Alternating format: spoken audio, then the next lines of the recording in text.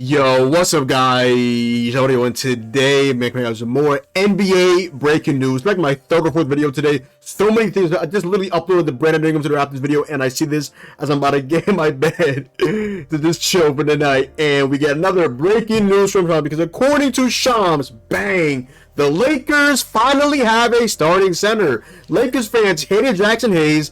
They didn't want him to be their backup five, and he was starting for them. And then you see Rob Pelinka talking about, oh, maybe I'm looking for something in the offseason. No, he finally goes out and gets one of the most underrated centers in all of basketball. Mark Williams is headed to the Lakers for the Lakers. This is the Lakers' gold ticket. At least it was, even at a high level, pre-acquiring Luka Doncic. The 2031 unprotected first round pick is headed to Charlotte Hornets for Mark Williams, and the Lakers will also be trading away Dalton Knecht, Cam Reddish, and also a 2030 pick swap to the Hornets. So Dalton Knecht started off the season red hot, been coming back down to earth. He's one of the players that, you know, he can shoot the basketball. Not really great this season, really enough from above the break threes, but in the corners, Dalton Knecht is money.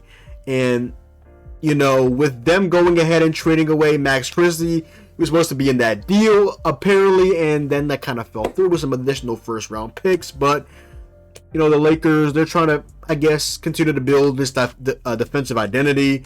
They just lost AD, which is massive, and they're fine with trading away Dalton Knecht, who obviously isn't known as a defender. He's basically a one-way player. I mean, if a shot's falling, cool. If not, it is what it is. But Mark Williams, I mean, this is one of the most underrated bigs in basketball. I mean, he can rebound the ball at a high level. He's a very underrated shot blocker. He's in the midst of the best scoring season of his NBA career. This came off a 38-point game a week or so ago on 14 of 18 from the field.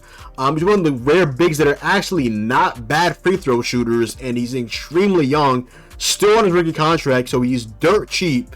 Now, you're going to have to trade away your highly coveted 2031 unprotected first-round pick, which is a gold mine, especially since they said Luka's not going to resign, even though we all know he's going to resign with the Lakers this offseason. But on the off chance that he doesn't,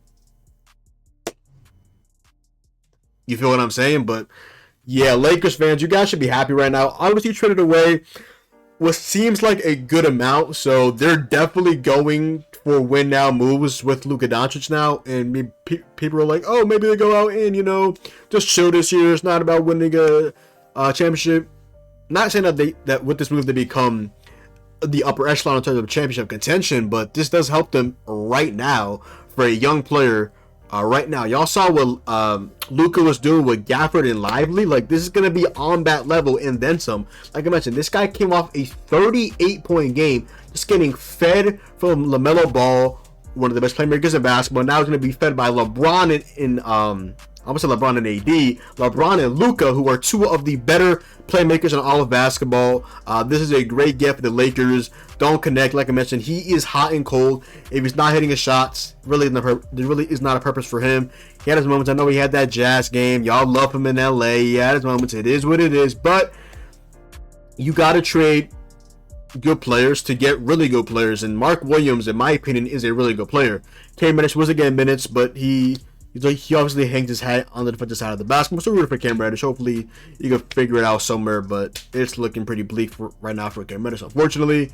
And they have the pick swap as well, which you would think that the Hornets in 2030 potentially would be maybe. I mean, so much can happen in 5 years. Who really knows at this point?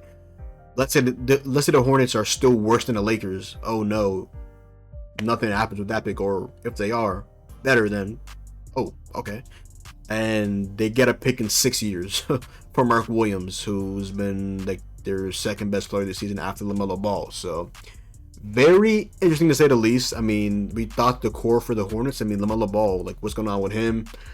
I thought the core trio for the Hornets, the guys that were not going to get traded were LaMelo Ball, Brandon Miller, and Mark Williams. Mark Williams has been in and out of the lineup. One of the big things with him as well, like I mentioned in the Brandon Ingram video, the best ability is availability, and Mark Williams just has not been able to consistently stay healthy. But when he is playing, we see the flashes of Mark Williams. He's a double-double machine, can get you a couple blocks. I've always low-key liked Mark Williams since he was at Duke. A couple of things about Mark Williams is you really aren't going to get anything outside of him just straight at the rim. He's not shooting threes, he's not shooting middies. I have seen him at points like this season, last season, trying to work on a mid-range jumper. Still hasn't mastered that yet, but maybe something that he can unlock sometime down the future. If he does that, that just adds another element to his game, which I mentioned is really just at the rim. This season, he has 60 dunks. So look forward to a lot of lobs, like I mentioned, Luka and LeBron to Mark Williams. And the Hornets side, I mean, you're getting a interesting, because the Lakers are obviously trying to win out, so they got Dalton Knecht, but the Hornets are not a win-now team. They have an older rookie in Dalton Knecht, which is interesting. I like Dalton Knecht's game. Maybe he can have a larger role now with the Hornets, especially right now with Brandon Ingram currently injured. Tijane Salawan, God knows what's going on with him. He's even struggling down the G last time I checked, so hey man, y'all don't connect, man.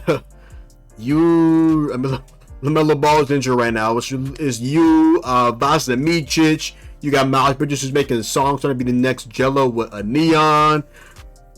What's going on there? Sure. Hey, y'all got y'all boy Taj Gibson. You got Uncle the Unk. So y'all got Taj Gibson? I mean, I guess. Yeah, Mark Williams, like I mentioned, one of the most underrated bigs in basketball, going to the Lakers in a win-now move. I want to see how many years Mark Williams has in the contract. I believe he's in his third year of his deal. So Mark Williams should be extension eligible as soon as this offseason. But like I mentioned, he's also been injury-prone. So I want to see what his contract is going to be talking about. Probably somewhere in the $20 million range. So yeah, Mark Williams right now is in the third year of his contract. He has a 4-year deal.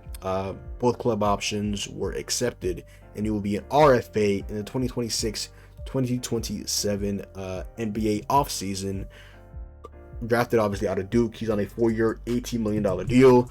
You have Dalton Knecht as well, who's obviously in the first year of his 4-year deal, and you would presume that the You would presume that funny enough, what I say, Mark Williams on like a 4-year, 4-year something. No, Mark Williams is on a 4-year, $18 million deal. He was he was the 15th overall pick. So yeah, same thing really. Dalton Knecht is also, no, he was a 17th overall pick, but he's also on an $18 million deal. Funny enough, 18.4, and like Mark is like 18 flat. Inflation, ladies and gentlemen. Yeah, he has this year, next season, and 2 club options until the 2029 season. So yeah, Mark Williams, you are LA Laker. Don't connect. You are a Charlotte Hornet. Definitely going to be intrigued to see the starting 5 for the Lakers now with Mark Williams starting. Hopefully he can stay healthy for them. They have a starting 5 fully healthy of Lou Doncic at the 1, Reeves at the 2, at the 3 LeBron, point forward, but at the 3 as well. At the 4, I would personally start Rui Hachimura at the 4. I mean, no. Run that back, Turbo. I would personally start Dorian Finney-Smith at the 4 because they were starting Max Christie for defensive purposes at the 2. And that's why you don't really have to start both of them, even though Max Christie was definitely a lot better as an offensive player overall than DFS. But now you have to start DFS for that defense. You're not going to start Vando or somebody else like that at the 5. You'd have to start Mark Williams because you don't have a point of attack defender in between, those 4. Excluding Mark Williams, your center can't be a POA unless you're like Bam Adebayo, which is like 1 of 1. But when I hear the Glaze Bam looking at that good game against Philly with that Embiid, I don't think Embiid even played today. I don't know. It was like in and out of that game, but I digress. You need a point of attack defender on there. Some of my boy Master Chris was out there getting cried by Tyrese Maxey yesterday. He was in a blunder. Yeah, crossed like twice. He had like 4 threes. Shout out to Christie though. The life of a 3-and-D guy. You hit all your threes and get fried on defense, but it is what it is. I think we were like 7 of 11 from the field. I think he had like 1 of 4 from 3 or something like that. So, hey. But yeah, you need that POA defender with what was on my tongue. You need a POA defender starting with the likes of Luka and LeBron and Reeves. None of those guys are known for their defense. So if I was the Lakers, I would start Dorian Finney-Smith and I would play him on from 1 through 4 I should be able to trust DFS. I saw him a couple days ago guarding Max. He wasn't 1,000% locked into that game, so I don't know the entirety of what had happened, but just put bigger bodies on, especially guards. I mean, in this day and age, unless you're like Maxi or Fox that can just run past you, you don't have the speed, it's going to be a good decision. Like, what I see today was guarding, I think even at point I saw like Yabusele today for the Heat game. He was guarding Tyler Hero and just putting size on like smaller guards. I mean, it's tough, but if you have the speed and the bag to, like, you know, get in your duck dizzle, you feel what I'm saying? It is what it is. But yeah, Mark Williams, really underrated pickup for the Lakers. Just does all the little things. Pretty solid. I don't know. I'm looking at Leech and Hoops right now on Twitter, and he's putting that Lakers starting five. Luka, Reeves, Rui, LeBron, Mark Williams. Give me one reason why this team won't win it all. Like, what are we saying? And then this guy that actually knows ball, DFS should start for Rui. Like, literally. Like, DFS has to start for defense. Even though I think Rui's actually shooting really well. I'm like, not too many crazy attempts from three this season. So shout out to Rui, by the way. You can obviously get in his offensive back a lot more than DFS, and he actually can provide shot creation. But yeah, the starting five for the Lakers should be Luka, Reeves, LeBron, DFS, Mark Williams. This is a guy we didn't even know who was available. We were like, oh, Jakoperto, Joe Val, maybe Claxton. I heard somebody talk about. Walker Kessler. I think they definitely offered this package for Walker Kessler initially, and the Jazz were like, nah, we need 2 firsts. Even though basically it would be 2 firsts with them and Connect, but technically not, but whatever.